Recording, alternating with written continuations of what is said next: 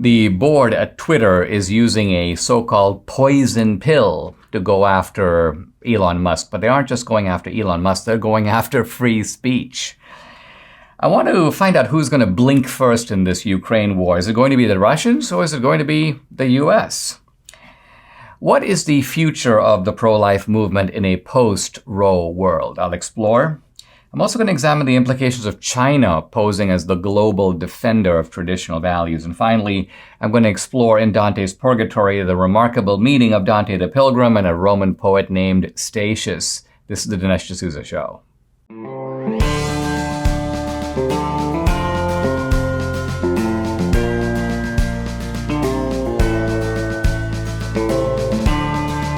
America needs this voice. The times are crazy. In a time of confusion, division, and lies, we need a brave voice of reason, understanding, and truth. This is the Dinesh D'Souza Podcast. Guys, you might have noticed that I use the phrase the Dinesh D'Souza Show instead of the Dinesh D'Souza Podcast. It's kind of a minor change, but the reason for it is that Salem Media Corporation, which is the sponsor of this podcast, is now going to be also uploading it to their new television network that's called Salem TV Network.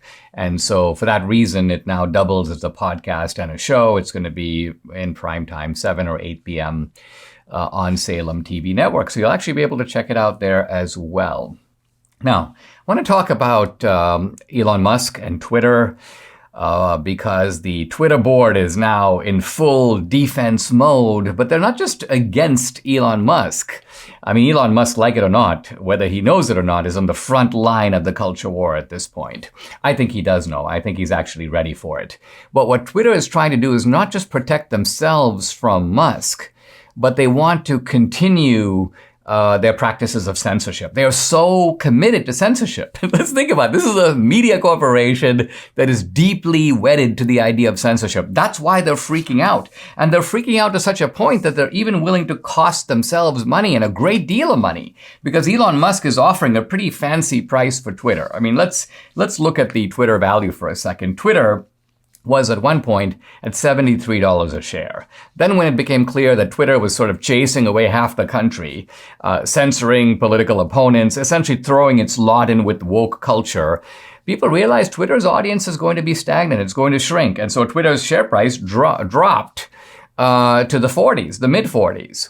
Now, Elon Musk is offering to buy at $54.20 a share, which is a sizable premium above Twitter's current price. But the Twitter board is like, we don't want to have to start protecting free speech again. No. We're so dug into censorship. It's now our way of doing business. We don't care if we lose money. And so they've invoked something called a poison pill, kind of a way of diluting shares. And by giving people shares, current shareholder shares at a discounted price. And the idea is to block some outsider from being able to come in and take over the company. Twitter has now become habitual in its censorship. I don't think it's as bad as YouTube and Facebook. They are actually far worse. They are in the Xi Jinping category of censorship. Twitter is not as bad, but it's still pretty bad.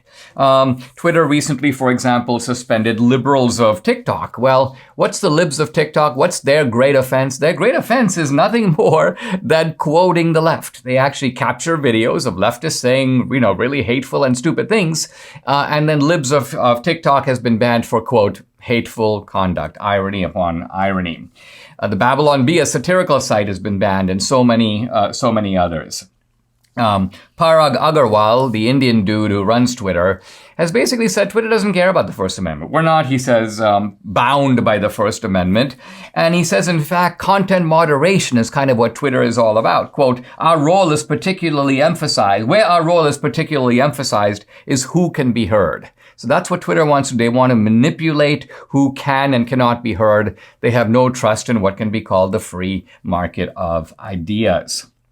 And now, Twitter, in doing all this and in trying to block Musk in this way, is facing considerable liability. It's facing a revolt from its own shareholders. Why? Because they stand to make a good chunk of money if they accept Elon Musk's offer, and they stand to lose money if they don't. I mean, Elon might get mad and sell his 9% share in Twitter, and that would most likely cause the price of Twitter to fall. So all of this is a way of saying that Twitter now has this insider board. By the way, most of the board members don't own a lot of Twitter.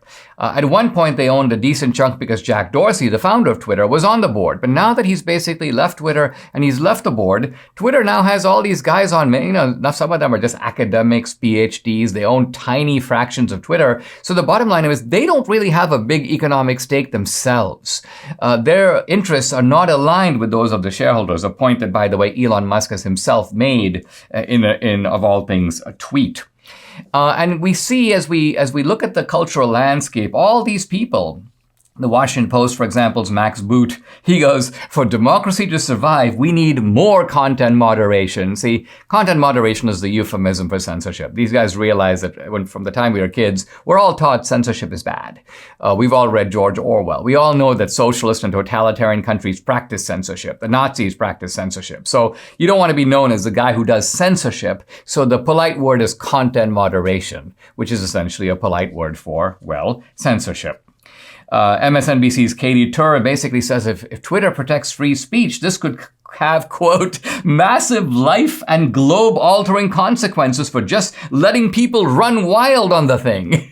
In other words, letting people express their ideas is now running wild on Twitter. Extremely dangerous for the future of democracy and of the globe. And Robert Reich, who's the dwarf who used to be in the Clinton administration, he's an economist, but he pontificates on all kinds of subjects, usually speaking absolute rubbish. And his latest, his censorship is, quote, necessary to protect American democracy. So even though democracy relies on free speech, relies on exchanges of ideas, relies on presenting competing ideas before the American people, Reich is having none of it. For him, democracy means essentially shutting down the opposition, having a one-party state, having one set of opinions out there on social media. These people are essentially they're tyrants in tweed.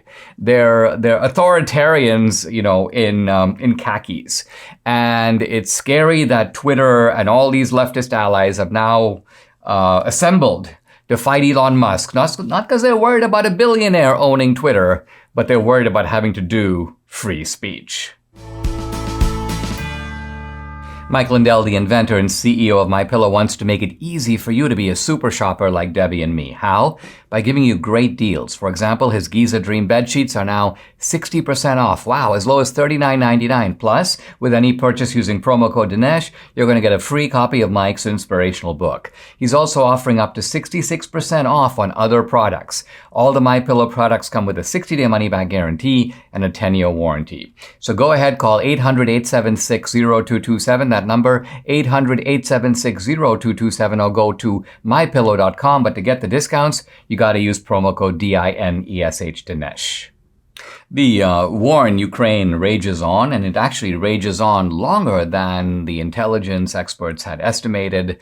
And Ukraine is hanging in there. They continue to fight gallantly against the Russian Putin invasion of Ukraine. But who's going to run out of weapons first, the Russians or, well, us, the West? For a while there, I kept reading gleeful articles in the media. Oh, the Russians are going to pretty soon be out of ammunition. The Ukrainians are going to have them on the ropes. On the face of it, this is a little bit implausible. The Ukraine is going to defeat Russia in a war. Well, Ukraine is getting a lot of help. It's getting a lot of help from the West, shipments of Western, not so much troops, no troops, but rather weaponry, artillery, and rockets, and all kinds of lethal aid.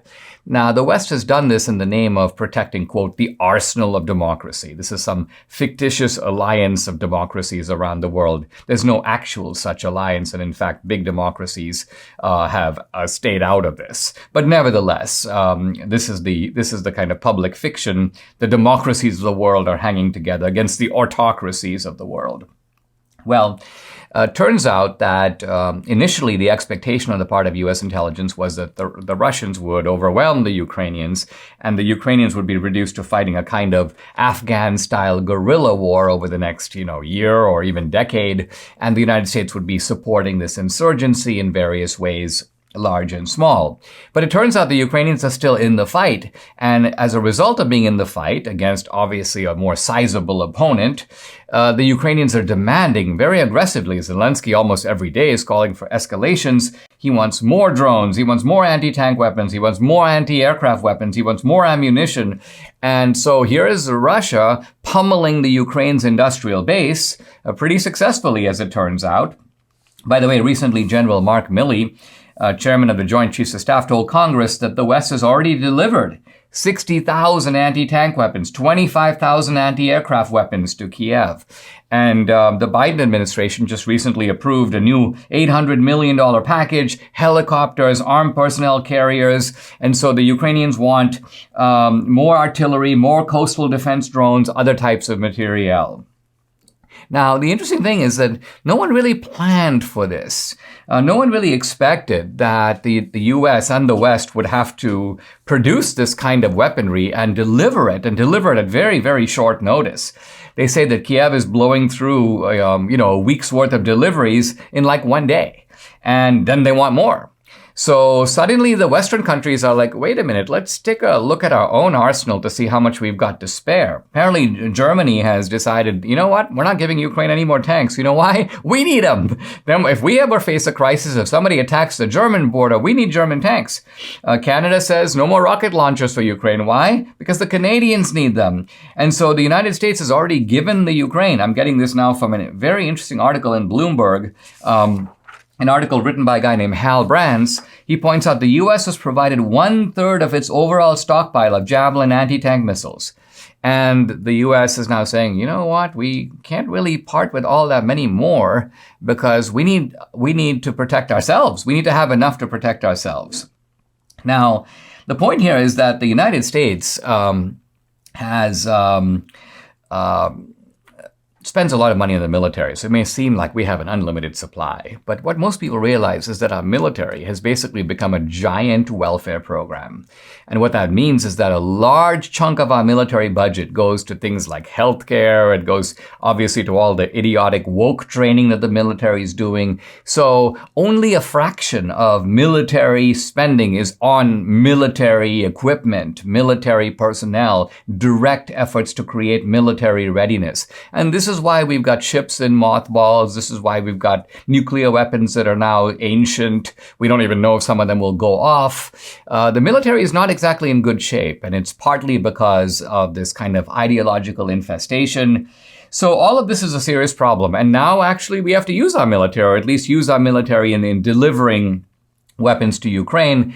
And it turns out we don't exactly have a massive surplus. Another key point here is that the United States in World War II and even in the Korean War, had a massive manufacturing industrial base. We were essentially the manufacturing capital of the world. And so we could make stuff. We had the workforce to do it. We had the resources to do it. But now we don't. Now our economic leadership is not really based on manufacturing. And that's why we have shortages of machine tools, shortages of skilled labor, shortages of spare production capacity. And so we can't scale up so easily in the way that we used to. The U.S., the workforce that once did this for us no longer exists. So it turns out that the United States, although despite a lot of, propagandistic bluster, the Russians are going to face another Vietnam, the Russians are on the ropes, the truth of it is that Russia is willing to pay apparently a high price to create a kind of bear grasp on Ukraine. And as for the United States, in a war in which our national interests are not clearly involved, this is not in our backyard. In fact, it's in their backyard. In this war that is really a chosen conflict for us, it seems like we may be the ones to first run out of weapons to spare. Who likes to eat 6 servings of fruits and vegetables every single day? I mean, who can realistically do that? The balance of nature provides that, and their products are 100% natural, vine-ripened, whole food, and third-party tested. Real science, real food, real nutrition. Debbie and I take 10 daily servings of our fruits and veggies. We get them in 6 small capsules right here. No trouble swallowing, always fresh, nothing artificial. They smell great. Balance of Nature keeps all the natural chemistry, the seed, skin, core, and color in their produce. They only remove the water and the air. And Debbie swears by this, the fiber and spice. So invest in your health and your life. Join me and experience the Balance of Nature difference for yourself for years to come. For a limited time, all new preferred customers get an additional 35% discount and free shipping on your first Balance of Nature order. Use discount code BALANCE. Call 800-246-8751. That's 800-246-8751, or go to balanceofnature.com and use discount code BALANCE.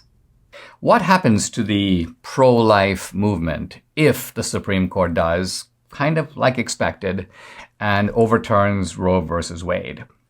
The court's decision is due this spring. It could come anytime in the next few months. And it may well be that a majority, either a 6-3 majority or a 5-4 majority, will dispatch not only Roe v. Wade, but Planned Parenthood versus Casey. And this would return the abortion decision to the states. Now, apparently a lot of states are kind of gearing up for this, or some version of this. A handful of states have passed Mississippi-style laws.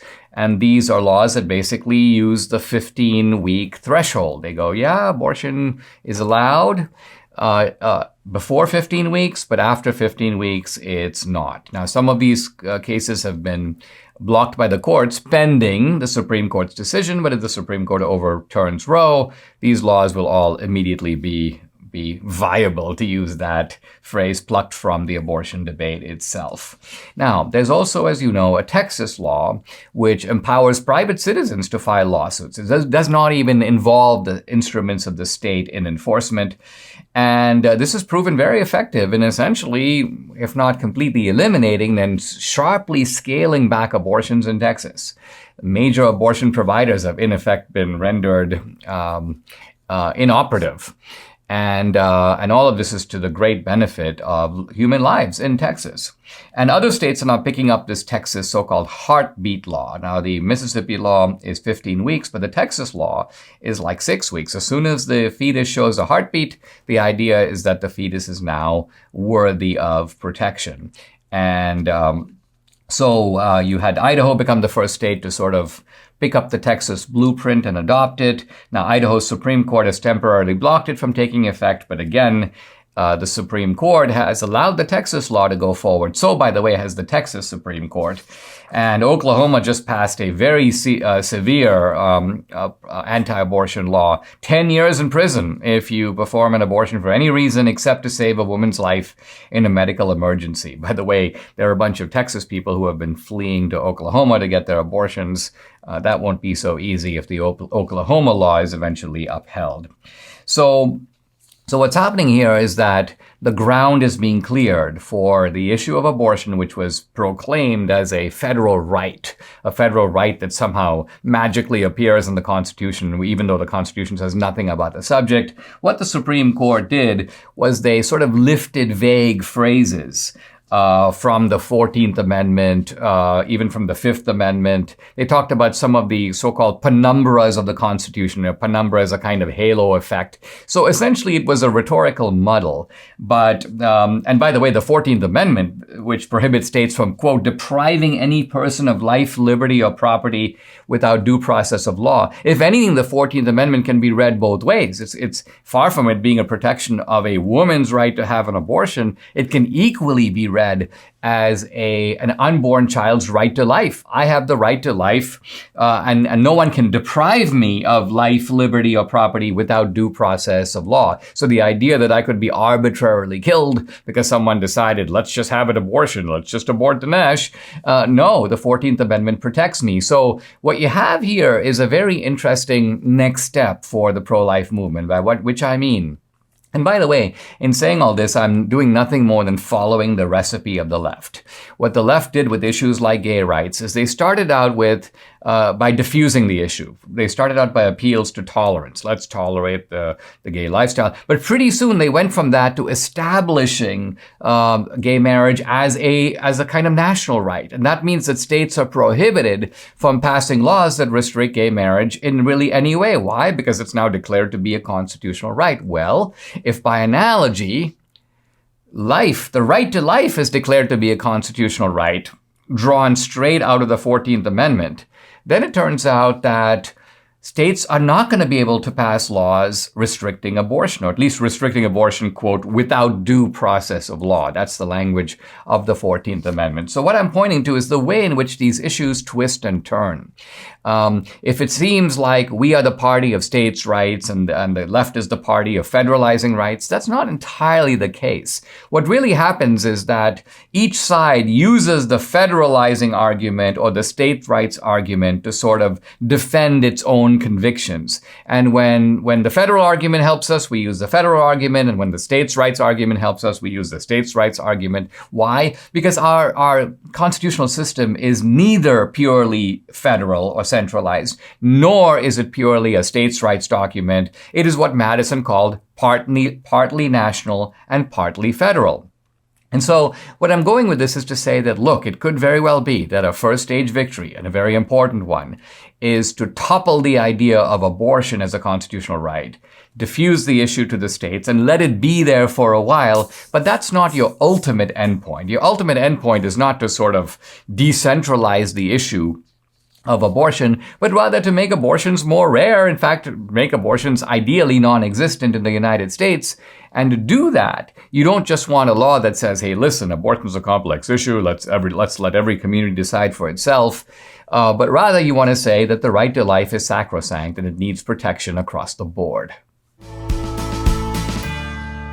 The global upheaval caused by Russia's invasion of Ukraine and the crippling sanctions on Russian trade are showing to have massive ripple effects across the world, including right here in the US. And it's not just at the gas pump. Food prices are soaring right now. To quote President Biden with regard to food shortages, it's going to be real. Friends, inflation continues to skyrocket as the dollar becomes worth less every day. You need to transition some of your nest egg to something of real worth, gold and silver from Birch Gold. That's right. Birch Gold can help you convert an IRA or 401k into a tax-sheltered account in gold and silver. Get started now. Text Dinesh to 989898. With thousands of satisfied customers, an A+ rating with the Better Business Bureau, Birch Gold can help you protect your savings. Text Dinesh to 989898 to get a free information kit on gold. There's no obligation. Text Dinesh to 989898 and protect your savings with gold. One of the reasons I like the work of Chris Rufo is that in places like City Journal and elsewhere, he does a really good job in a concrete way documenting how woke culture plays out in major corporations and also in the media. Well, here's a very interesting story that comes out of Reuters. This is the Thomson Reuters Corporation, a massive media conglomerate that at one time had a reputation for kind of objectively and critically presenting the news and letting people decide for themselves. Well, no more. Reuters has gone woke in a big way, and Zach Kriegman turns out to have become its latest victim. Now, here's a guy who has got terrific credentials. He's got a BA in economics from Michigan. He's got a JD from Harvard. He's got lots of experience with high-tech startups. He's essentially an econometrics research consultant. And he's been with Reuters for 6 years, where he's involved in statistics, artificial intelligence, machine learning, and software engineering. In fact, his title in the beginning of 2020 was Director of Data Science at Reuters. Now, interestingly, when the George Floyd business began in 2020, this guy Kriegman began to see all kinds of claims being made, not just broadly in the culture, but at Reuters. And he realized that these claims really don't stand up to any kind of empirical evidence. And so what he did was he began his own research project to sort of look into them. And he began to examine all kinds of statements that were being made by his own media corporation and found them to be completely faulty. Now, what kind of statements are we talking about? Well, first of all, this idea that the police disproportionately target black victims. And Kriegman found that to be simply not true. The police are just as likely to identify white perpetrators, not victims, but perpetrators, I'm sorry. And in fact, the system is slightly biased against whites. That was his conclusion about after carefully looking at the data.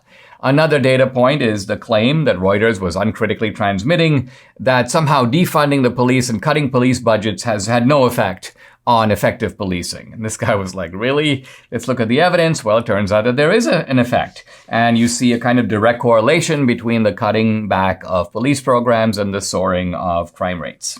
Of course, crime rates are soaring across the board, but the rate of increase is greater in those departments that have seen these kinds of cutbacks. And so this guy, Kriegman, laid all this out in a kind of data-intensive essay that he uploaded on the internal, it's called the Hub. It's a kind of internal Reuters conversation site. And needless to say, when he did that, this was it caused a furor. So right away, first of all, they took it down. They took his post down. Second of all, they dispatched him to a series of sort of lectures and training programs. Now, by the way, Reuters had already been doing all this kind of arm twisting and cajoling and this kind of diversity, browbeating, race-based. They would talk about the importance of race-based reparations. They had sessions called How to Be a Better White Person. They talked about how, black people are like, it's impossible for them to function in daily life. They're like ready to go nuts. And what whites have to do is essentially bow and scrape, and respond with automatic contrition. I believe you. You're right. I've got a lot of work to do. I apologize. I'm going to do better. This kind of browbeating has now become standard in many corporations. And this Kriegman guy was all too familiar with all of this. But his point was, okay, fine, we'll go through this kind of training, but it shouldn't prevent Reuters as a media company from being able to look at what's happening in a factual way. We are, after all, a reliable or once reliable news corporation. But it turns out that it was not to be. By and large, they tried to get him to retract. They tried to sort of send him to the diversity counselors to sort of raise his consciousness, i.e. to get him to recant. But he didn't recant. And so they fired him. They got rid of him. And what he says to Rufo is that he goes, what's interesting about all this is they never really challenged anything I said in my data-driven essay. I had all the documents, I had all the data. They didn't want to make a critique of the data. Their point was just that it's insensitive to be doing this at all. You're supposed to be a robot. You're supposed to be on board. You're supposed to chant in unison with us. And so they got rid of this guy.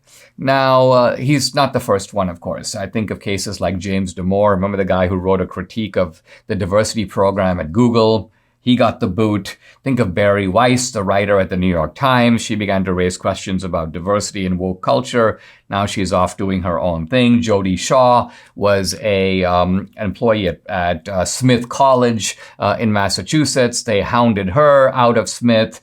And so you've got this kind of Paul Rossi was a high school math teacher, if I recall. He's been driven out. So you've got this kind of I won't call them martyrs, that may be too extreme of a term, but nevertheless, these are heroic people who have paid a high price for being independent-minded and in most cases extremely responsible critics of this diversity movement. But the diversity movement brooks no criticism at all. It treats these dissenters as sort of enemies of the state and enemies of the system. And the latest enemy of the system, a guy that had to be pushed out, is Zach Kriegman of the Thomson Reuters Corporation. Some of us wish we could rewind the clock when it comes to our health. Exercising, climbing stairs, all the things young people take for granted. Well, that's something that doesn't have to stop just because you age. Neither do you have to just endure the suffering from the normal aging aches and pains, because now there's a 100% drug-free solution, and it's called Relief Factor. Relief Factor supports your body's fight against inflammation. That's the source of aches and pains. The vast majority of people who try Relief Factor order more because it works for them. Debbie loves using Relief Factor when her shoulders bipolar started acting up about a year or so ago. It was the only thing that worked for her. And she knows if she stops taking it, well, the pain's going to come right back. So she's like, I'm not going to be without this again. You too can benefit. Or try it for yourself. Order the 3-week quick start for the discounted price of just $19.95. Go to relieffactor.com or call 833-690-7246 to find out more about this offer. That number again, 833-690-7246, or go to relieffactor.com. Feel the difference. Something very interesting is going on in China, inside of China, but also in the way that China projects itself to the world. China is now portraying itself as the champion of, well, traditional values. Now, here's an article just out from CNN. China bans footballers from getting tattoos. And by itself, this is just one of those kind of trivia type of articles, kind of intriguing in and of itself. They show, it has a picture of a guy named Zhang Linping of Guangzhou, and here's a guy with a big tattoo on his neck. And evidently the Chinese have had enough with these tattoos, and so what they've done is they've issued a new directive, and they're basically saying that footballers, people who play football, need to be, quote, a good example to society. This has come from the General Administration of Sport in China, the GAS. And what they say is, listen, athletes of the national team and the U23 national team are strictly prohibited from having new tattoos. And those who have tattoos are advised to remove the tattoos by themselves. And they say that in special circumstances, I'm assuming they're assuming some kind of family significance or something like that, tattoos must be covered during training and competition after the consent of the team. So the Chinese are basically saying, we don't think that tattoos are the way to go. And as I say, by itself, this would just be nothing more than a quirk. I mean, the Chinese, by the way, do know that the practice of getting tattoos, this is not coming from traditional Chinese culture, even though some of the tattoos themselves are dragons and are Chinese symbols, but nevertheless, the idea comes from the West. So it's Chinese athletes trying to be westernized, which is perhaps from their point of view to be cool, and the Chinese are like, cut that out. Now, this comes on top of the Chinese issuing directives. This one goes back now a few months, that they don't want their men to start acting or dressing or looking like women. They don't want so-called effeminate males. And we all know, in fact, I talked about this yesterday or the day before on the podcast, the Chinese have ordered Disney to cut out gay scenes from movies that are played in China. So even the implication of some kind of gay relationship, Dumbledore and some other guy, no, get it out. And so what's going on here is that the Chinese are not only affirming sort of traditional values at home, but this is I want to suggest, a very cunning and effective public stance for China to have in the world. Why? Because many cultures around the world, cultures in Asia, cultures in Africa, even cultures in South America, are quite traditional. And so you appeal to traditional people when you take this kind of a public stance. For a while, even the radical Muslims were able to pose as defenders of traditional values. They would say things, there are phrases that come out of some of these radical Muslim thinkers, people like Sheikh Qaradawi and others, where they would say, modernization, yes, westernization, no. And what they're basically saying is, yeah, we want Western technology, yeah, we want Western modernity, but no, we don't really want Western cultural depravity. And now the Chinese seem to be the latest who are now climbing aboard this kind of bandwagon. And it's going to appeal to a lot of people. In fact, it's going to ultimately create, in my view, anti-Americanism, even among countries that are generally well disposed toward the West. Take, for example, my native country of India. The Indians have been, over the last 25 years, I would say, the most pro-American people in the world. To such a point that the Indian enthusiasm for America, and in general for the West, has even dissipated the anti-colonial ideology of my youth. When I was young, it was fashionable to deplore anti-colonialism, attack the West, the British Empire was the great villain, and so on. But in a weird way, the Indians' affection for the American way of life, for the American ladders of opportunity, for the American dream, has made the Indians pro-Western across the board. And today, if you start railing about colonialism and so on, people think you basically have some kind of psychological problem. They don't want to argue with you. They just go to get a drink, or they leave you to yourself. And so India, in that sense, has been emotionally, psychologically, intellectually a great potential ally for America and for the West. But you'll notice that in recent months, the Indians are tilting away from that. India, for example, has refused to go along with the big Ukraine program. Well, the democracies of the world are uniting, and the Indians say, well, we're the largest democracy, but we're actually not getting on that bandwagon. Sorry, see you later. The Indians want to continue they're not only buying oil from Russia, but they're even buying weapons from Russia. And India also, the next step for India, which would be a devastating blow, would be a tilt toward China. And so the Chinese, again, in the strategy of we're affirming traditional culture, we stand for tradition, we stand for moderation, we stand for family. Now, the Chinese don't really do that. In fact, that's the whole point of Marxism-Leninism, is it overrides the family, it overrides the local community. So I'm not saying that this Chinese program is sincere. What I am saying is it has symbolic potency, and that by the Chinese doing this, it's going to lull other countries, or at least outwardly give them the sense that, hey, the Chinese are actually protecting the kind of values that we in our cultures want to protect. And we want to protect it from Western degradation and from Western contamination. So this could be a very successful propaganda strategy for the West. And we in America should watch it, I think, with a legitimate concern and alarm.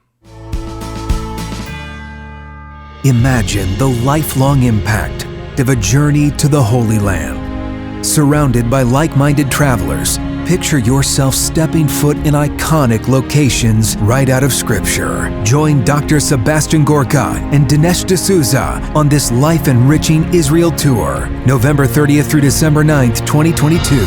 For more information, call 855-565-5519 or visit standwithisraeltour.com. We're now at the later cantos of Dante's Purgatory, and I just have probably 2 or 3 more segments before we're through with Purgatory and on to the Paradiso.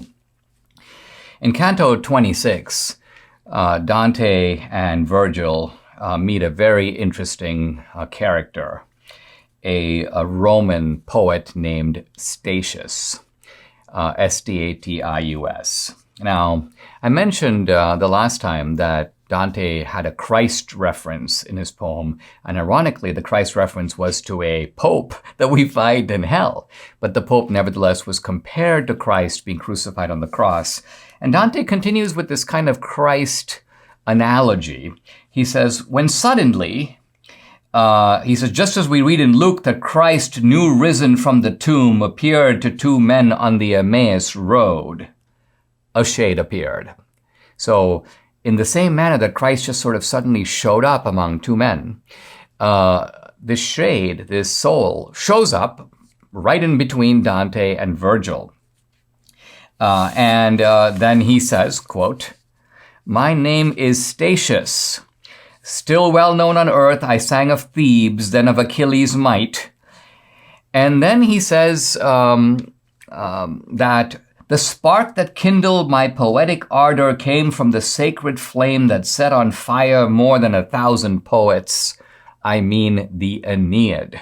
So here you've got this guy, Statius. By the way, a very well-known figure in Dante's time and a very well-regarded classical poet.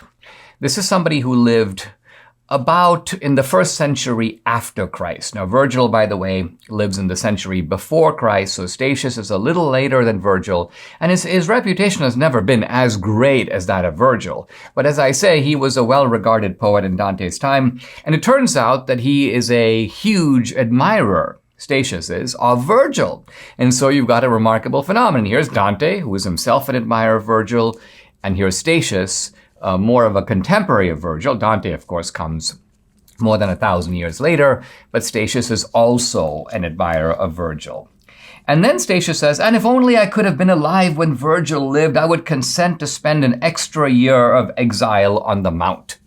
So here's Statius basically saying, I love this guy, Virgil. Oh man, if I could only meet him, I would extend the sufferings of my life by a whole year just for the joy of meeting Virgil. Here we see, by the way, how there are surprises in Purgatory, and they're almost always good surprises. Well, it turns out that Dante can't wait to tell this guy Statius that, this guy right here is Virgil. Virgil's right here. So this is how Dante describes it, and this is always Dante's ability to put things so beautifully.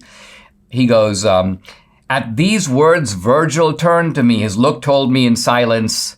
So Virgil is like, don't tell him. But here's Dante. But the power of a man's will is often powerless. Laughter and tears follow so close upon the passions that provoke them that the more sincere the man, the less they obey his will. Dante's basically saying, I couldn't control myself. My emotions overwhelmed me. And in effect, what Virgil does is he says to Dante, well, okay, fine, go ahead. And here's Dante.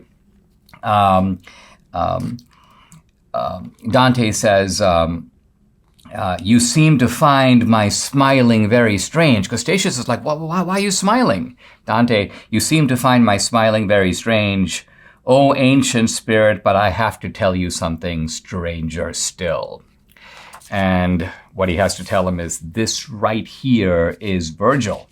Quoting Dante now, this shade right here who directs my eyes to heaven is the poet Virgil, who bequeathed to you the power to sing the deeds of men and gods. So you have this joyous reunion of Statius and Virgil, and Dante says, already he was bending to embrace my teacher's feet. This is Statius bending down. But interestingly, Virgil draws back. But Virgil, brother, no. You are a shade, it is a shade you see. So a very interesting turn here in Purgatory, where Virgil is basically saying, on earth, this kind of homage that you pay to a poetic mentor, it's one thing over there, but we're up to something a little different over here. We're in the afterlife. You're a shade, I'm a shade. Let's not do this right now. So an interesting kind of pause in the action. But Statius's role is going to continue for several cantos. And a conversation then continues between Dante and Statius. And we are now in the terrace of avarice. And in effect, what Dante asks Statius is, he says he goes, avarice is just such a low type of sin. How could a guy like you, someone with the kind of magnanimity of your poetic style, how could you commit such a sin? And interestingly, Statius gives an answer where he says, well, actually in my case, the sin was not avarice at all. Rather, it was the opposite of avarice. I wasn't avaricious or greedy. I was prodigal. I was wasteful. So think of it. Both avarice and prodigality are opposites, and both show a kind of lack of proper regard for things. And that's the sin that has Statius right here repenting in Purgatory. We're continuing the discussion between Dante and the Roman poet Statius on the high terrace of Purgatory, one of the most fascinating episodes in the entire Commedia. And Dante raises a question that should have occurred to you and all of us by now, which is, what is a pagan poet? Someone who, as far as we know, was not a Christian. What is he doing in Purgatory on his way to heaven? And moreover, if Statius was a disciple or a student of Virgil, how is it that Virgil belongs in limbo, in the outer portals of hell? Virgil cannot, and as we'll see in the poem, Virgil can't go much further even in Purgatory. Even as a temporary guide, Virgil's going to have to quit. He's going to have to go back.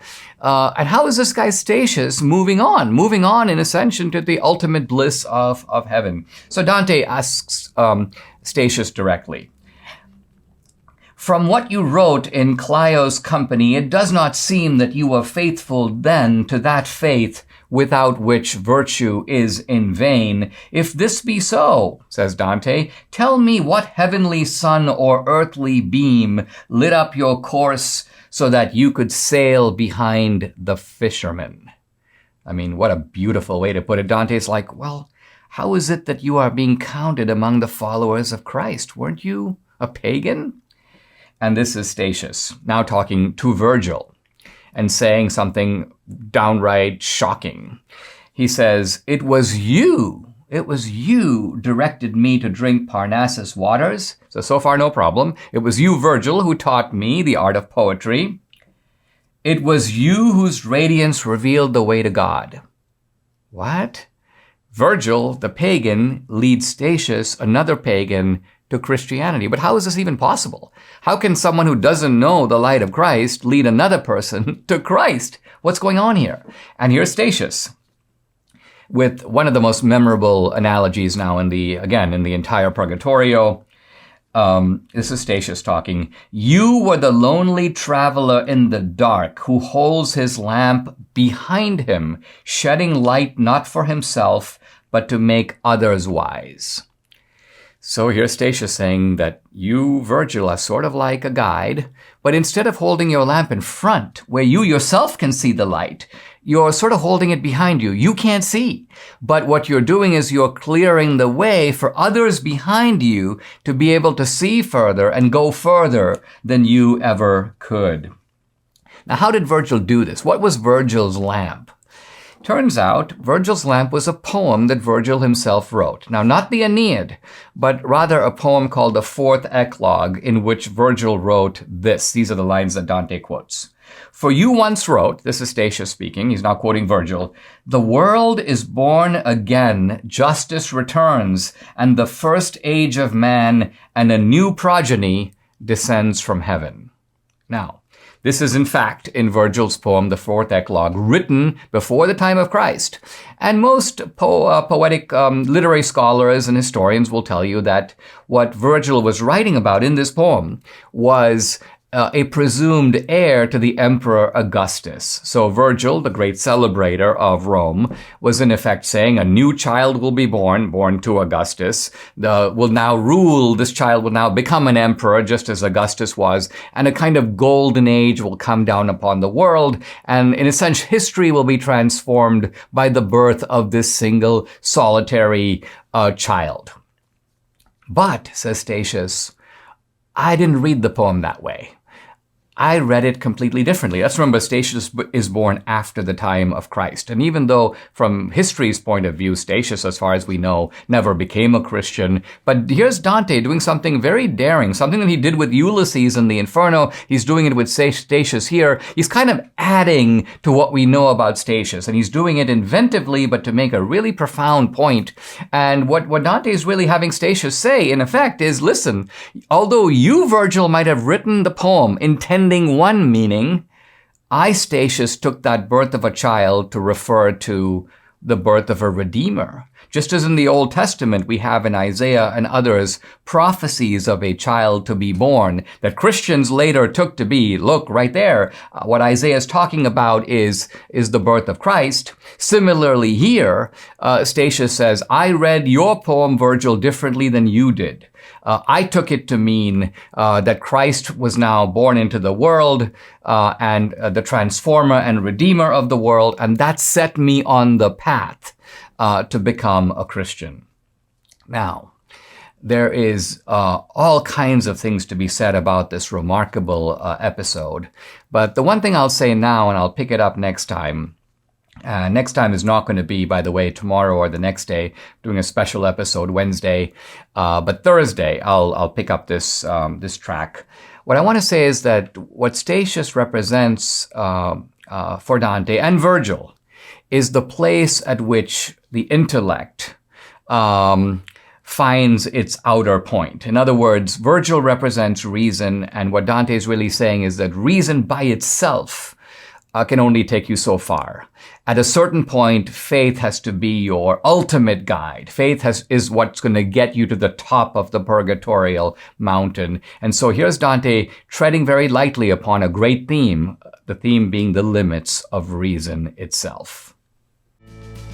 Subscribe to the Dinesh D'Souza podcast on Apple, Google, and Spotify, or watch on Rumble, YouTube, and SalemNow.com.